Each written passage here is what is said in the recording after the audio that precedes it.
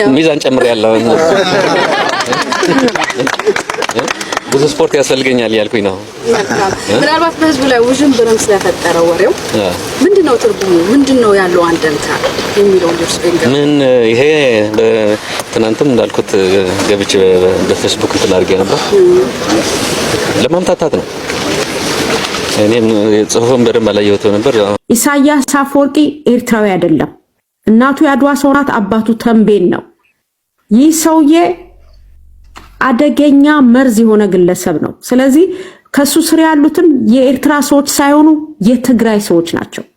አሁን እኮ ይኸውልህ ብርጅስቶን ልዕሊ ሚኢት ዝኾኑ ተጋሩ ኣብ ኤርትራ ተኣሲሮም ዝነበሩ ብዝተፈላለየ ምክንያት ማለት እዩ እዚኣቶም ናብ ትግራይ ንክመፁ መንግስቲ ኤርትራ ፈቂዱ ነዚዩ ዘሳልጡ ዘለው ነዚዩ ዘተሓባብሩ ዘለው ሰባት ብዘቅረብሉ ፈቂዱ ናብ ትግራይ ክምለሱ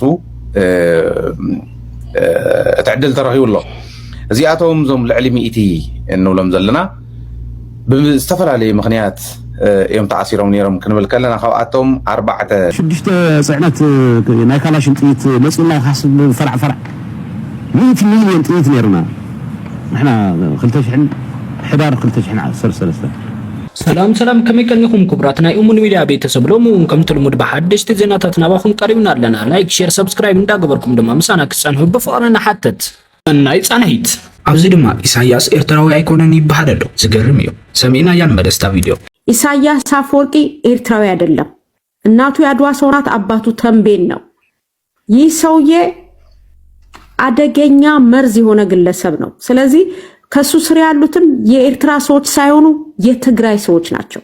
አሁን እኮ ይኸውልህ ብርጅስቶን እሱ ላይ መሄድ እኮ ብቻ አያስፈልግም። አሁን እኮ አሁን የአማራን ትግል በሙሉ የያዘው ዲቃላ ነው። አሁን ቅዳሜ ገበያ የሚባለው የጎጃሙን ዝም ብላ ሲሰድብ ወሎን አቺ አሁን አማራለች ደግሞ ይሄ ሩዝ ቀቃይ ነው የፈታን ይሄ ሀገር ሄደ ደንቆሮ በቃ ይሄን ገንዘብ እየዋጣ ምናምን አሁን ሚዲያ ላይ የሚንቀሳቀሰው በሙሉ አንድ አማራ የለም። ፋኖ እኮ የሚነጋገረው ከናንከር ሚዲያ ጋር ከጠላት ሚዲያ ከመራጃ ቲቪ ከኦሮሞች ቴሌቪዥን ጋር እኮ ነው የሚያወራው። መሳዬ ሲባል ሰምተሻል? እንደምሰነበት እናስበስባረ ዳም ሚዲያውን ሁሉ በሙሉ ገዝተውታል ሀብታሞች፣ የጎጃም ሀብታሞች ሁሉ እንደው ሞጣ ይከታር አፍንጫቸውን ነገር ይገባል። እንዳለ ጎጃሚዎች ልንገርሽ፣ ጎጃሚዎች በሙሉ ዩቲዩበር ሳይቀር ገዝተዋል። አዎ እኔ ግን አንድ ነገር ልንገራቸው። ባለፈው ኳታር የሆነው የእስራኤል መንግስት ኳታር የግለሰብ ቤት እንዳነደደ ታውቃለህ? በምን ሄዶ ነው? በስልክ ሄዶ ነው። ስልክ ይዘው በስልካቸው ነው አሻቶ ሞሳድ ሆቴል ነበር መጀመሪያ ቀጠሯቸው። ሆቴሉን ልቀቁ አለ የቱርኩ ስለላ ድርጅት። ከዛ ከሆቴል ፋኖ የነን ሃይ ፖለቲካ ትንገር እሱ ዝም ብለሽ ቀለል አድርገሽ እንጂ ስለ ሞሳድ ምን ያውቅልሻል? አይደለም ኖ እኔ ዘመነ ካሴ መረጃ የለውም እንኳን ኖ ሞታ ይኸውልሽ ከታች የሚሰሙ ፋኖች አሉ። ቀለል አድርጊላችሁ አንድ እኮ ፋኖች ባይዘው ዋይፋይ እየተጠቀሙ ያዳምጣሉ እኮ አሉ ፋኖች በየቦታው እየሰሙ ቦታችን ከመሳይ መኮንን ጀርባ ራሱ ብልጽግና አለ። የብልጽግና ካድሬ ነው እሱ አለላቀው። ከመሳይ መኮንን ጀርባ እነ ብርሃኑ ነጋ እና አንዳርጋቸው አሉ።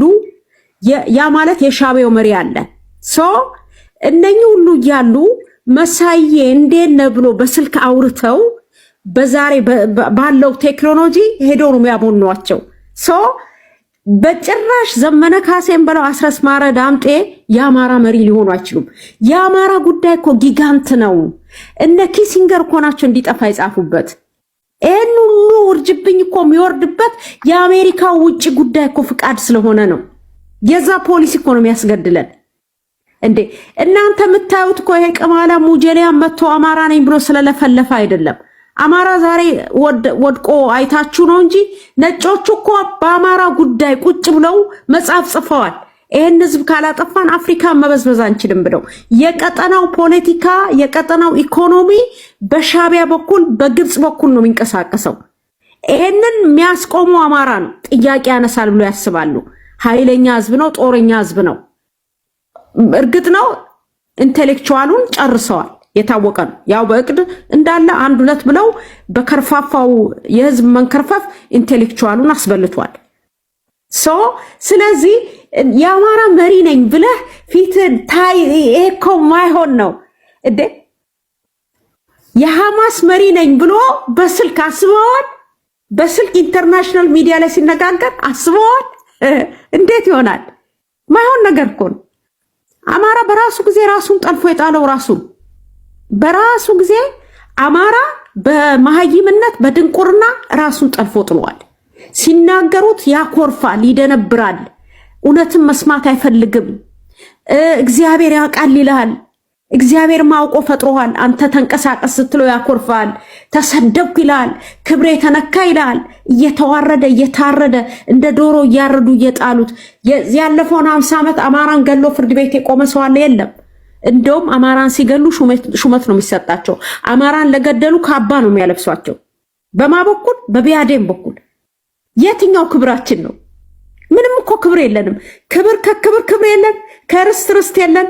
እንደ ዜጋ አንከበር፣ እንደ ተዋረድን አላወቀም። አሁንም ወድቆም እዛ የወደቀበት ይንፈራፈራል። ለችግሩ መፍትሄ ከማምጣት ይልቅ ከአንተ አፍ የሚወጣውን ቃል የወርቅ ሚዛን ላይ ሲያስቀምጥ ጸጉር ሲሰነጥቅ ዋናውን ፒክቸር አይመለከትም። የትም አይደርስም። አማራ ብያቸዋለሁ። ማን ነው የትም እንደማይደርስ ተናግረው። የትም እኮ አይደርስም። ጌታቸው ረዳ ህዝቡን ሚስጥራት መውፃእ አይገደፎን ዘሎ 100 ሚሊዮን ጥይት እዩ ነይሩና ጥይት አይሰዓናን ነርና ክብል እዩ ተዛሪቡ ዘሎ። ሰሚዕናዮ እስኪ እንመለስቲ ቪድዮ። 6 ጽዕነት ናይ ካላሽን ጥይት መፅና ይሓስብ ፈርዕ 100 ሚሊዮን ጥይት ነርና ንሕና 2000 ሕዳር 2013 ኣብ ውሽጢ 10 መዓልቲ ጥይት እንደ ለቐማ عبيت سنقول لهم جنرال كيدرف 9 كلاشين بارخيو 6 كلاشين بارخ يحزوا لهم خنافات وصحنا سلو يتنار يتنا ربط طيت مش عواز تخوك هنا طيت سلو الله قلت يا اخي زي حسوا لو قلت تغنى نقر بركاشم اشوف دور دل شو حطيتنا من ما جنزه 500 مليون حطيتو 500 شي حاولنا 500 مليون انا غطرنا نفلتل سينا زي مثلا الناس اللي حزي أنا عالم حزي يونايتد تلف ليدرشيب كم صياقي دارغا بمولو تسمع معلي دبرتيان بزعبو بطعم ዝተወረየ ነገር ነይሩ በጣም መገረሚ ኩሉ ሰብ ተገሪሙ ይነሩ ሕጂ ድማ መልሲ ይብሎ ሰሚናዮን መልስት መልሲ ሚዛን ጨምር ያለው ብዙ ስፖርት ያስፈልገኛል ያልኩኝ ነው። ምናልባት በህዝቡ ላይ ውዥንብርም ስለፈጠረው ወሬው ምንድነው ትርጉሙ? ምንድነው ያለው አንደምታ የሚለው ምን ይሄ ትናንትም እንዳልኩት ገብቼ በፌስቡክ እንትን አድርጌ ነበር። ለማምታታት ነው። እኔም ጽሁፉን በደንብ አላየሁት ነበር። ዛሬ ነው ያየሁት የላኩት። የኛ ምንጭ ከመቀሌ ነው የሚለው።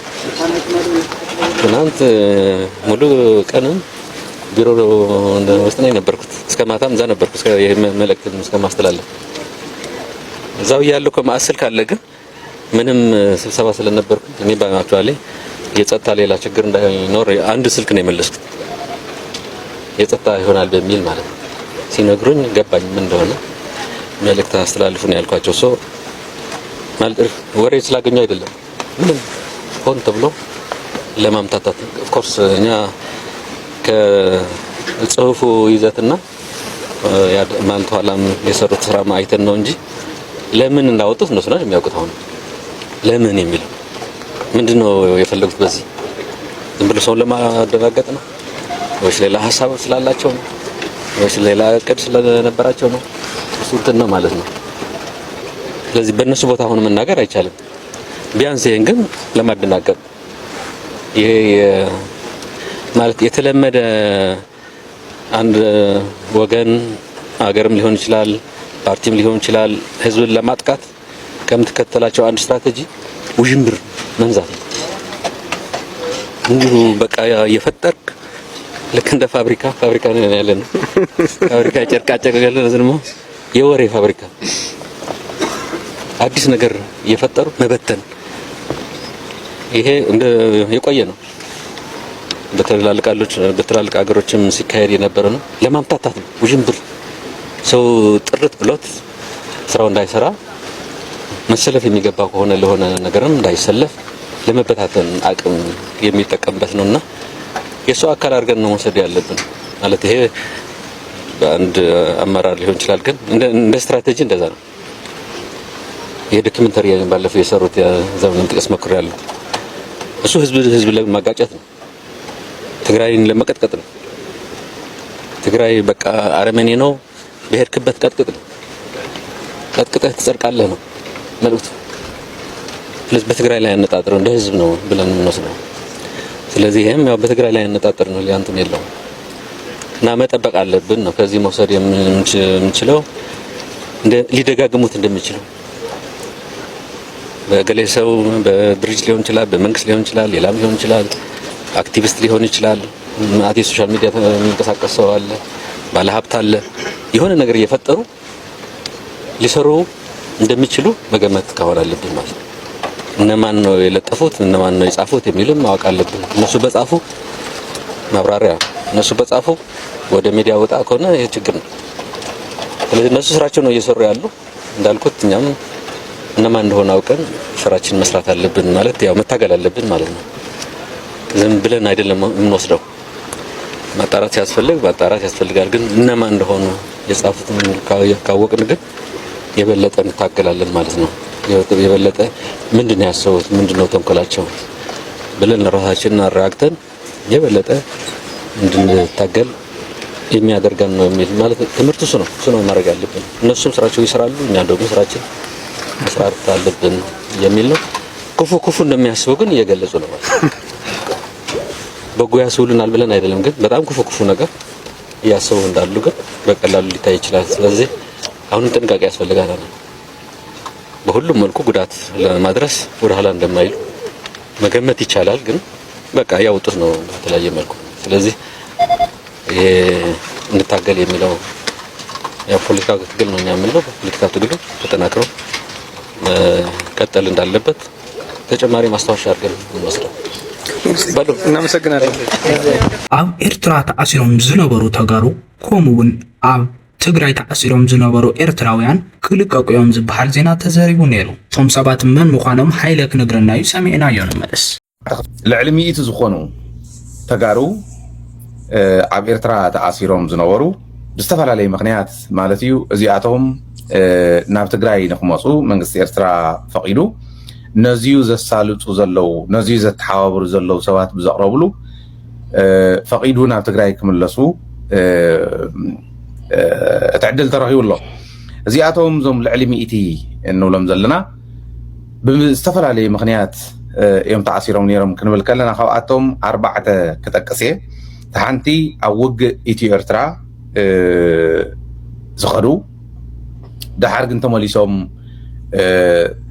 ናብ ኤርትራ ዝኸዱ ማለት እዩ። ኣብ ውግእ ኢትዮ ኤርትራ ናብ ትግራይ ዝመፁ ያው ኤርትራዊ ተባሂሉ ካብ ኢትዮጵያ ናብ ኤርትራ ካብ ኤርትራ እውን ናብ ኢትዮጵያ ይመጽ ስለ ዝነበረ ተጋሩ ኮይኖም ሽዑ ዝተመለሱ ነገር ግን ድሓር ተመሊሶም ዝኸዱ እሞ እዚኣቶም ብዝተፈላለየ ኣገባብ ተታሒዞም ዝነበሩ ማለት እዩ።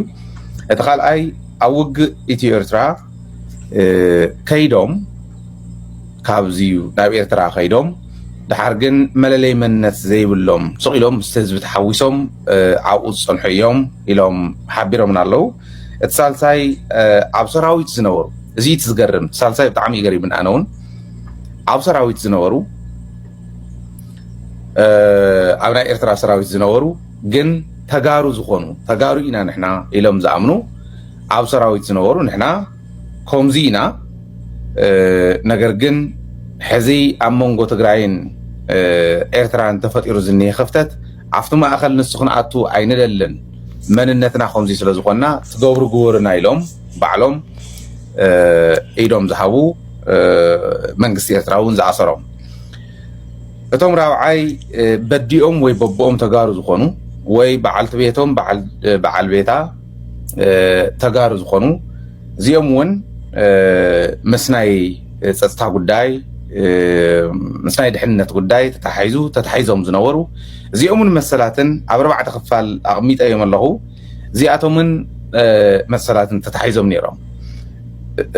እና ከምዚኦም ዝበሉ ልዕሊ 100 ዝኾኑ ሰባት እዮም ዕድል ረኺቦም ዘለዉ ሕዚ ማለት እዩ እዚ ዕድል እዚዩ ረኺቦም ጥራሕ ግን እንተይኮነ ብጣዕሚ ደስ ዝበለኒ ለምቀነ ተስታውስ እንተኾንኩም ናብ ቻናልና ተመለሱ ሞርአይዎ ሰለስተ እንዴት ነይረን ተንፅዋዕ ነበርና ብደደቢት ኮይና እታ ራብዒቲ ስም ዝርዝር እውን ወሲኽና ክንድዚ ዝኣክል ናይ ሓደ ቤተሰብ 6 ኢልና እውን ዝወሰኽናያ ኣብ ኤርትራ ተኣሲሮም ዘለዉ ይመለሱ ዝብል ነይሩ እዚ ምርካቡ ሓደ ብጣዕሚ ክነድንቆ ዝግባአና ክነመስግኖ እውን ዝግባአና ኮይኑ እንዳሃለወ እዚ ግን ጥራሕ ኣይኮነን ኣብ ኤርትራ ኣብ መንጎ ዓድዋን መንደፈራን ናይ እግሪ ኩዕሶ ውድድር እዩ ነይሩ ነዚዩ እግሪ ኩዕሶ ውድድር ጥራሕ ተይኮነ ህዝቢ ዓድዋን ህዝቢ መንደፈራን ይራኸብ ዝብል ተዕድል ተፈጢሩ ናፍቱ እቶም ተኣሲሮም ዝነበሩ ዝረኸብዎ ዕድል ይወስደኩም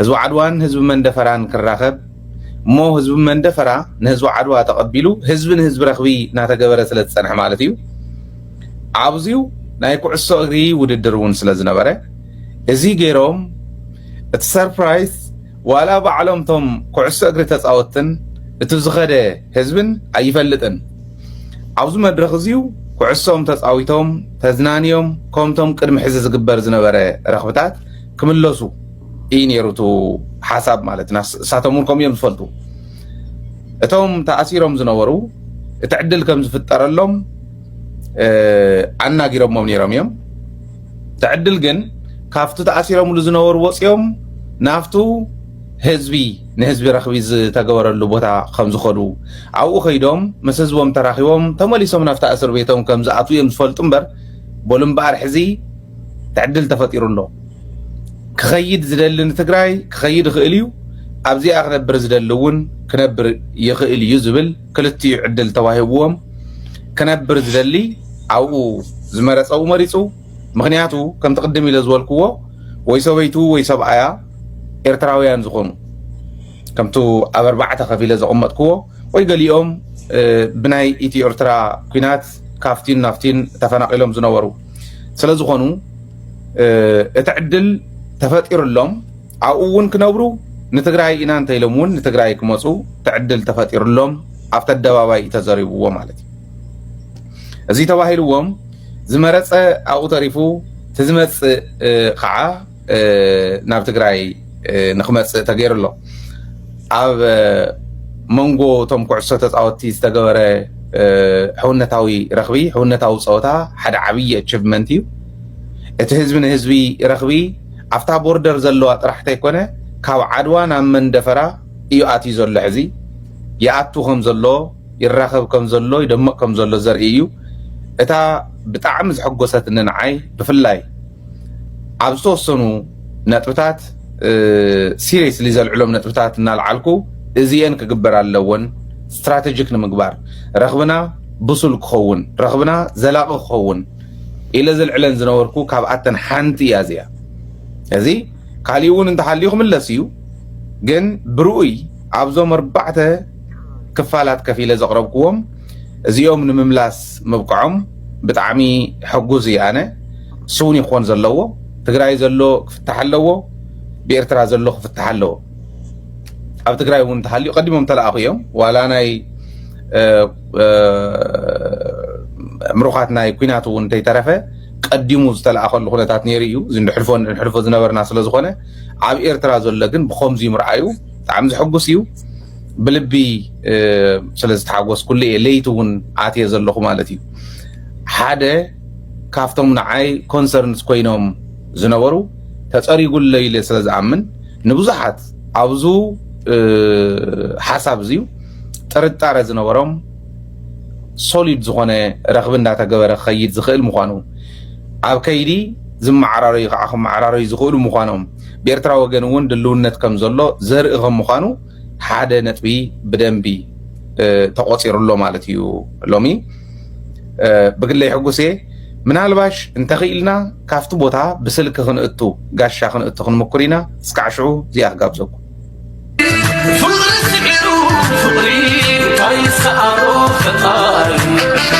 سلام يزحيون زلعة عرض كنا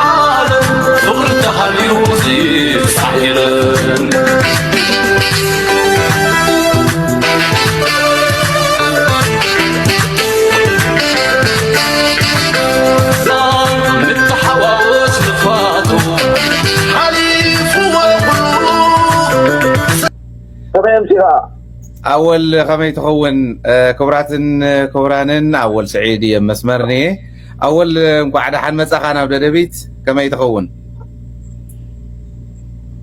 مرحبا هاي مقعد حد كما يتخون قرم يخبر لي سلكي دنقت كم زيدو ويل الكاس لزل علكا أقاطعمي تزينا بصيحني عبي إرترا تأثيرهم زنورو تقارو بستفر عليه مخنيات عبي سربرايز بزبها الملكعو أمارات خمتاو هاوم كنبر زدلي عدو إيو غزو إيو خنبر اللو خنبر يغليو ناب تقراي كخديز بالكعا تعدل تفاتير اللوز بالسميع اللهم وزي أختبرها اللي دلي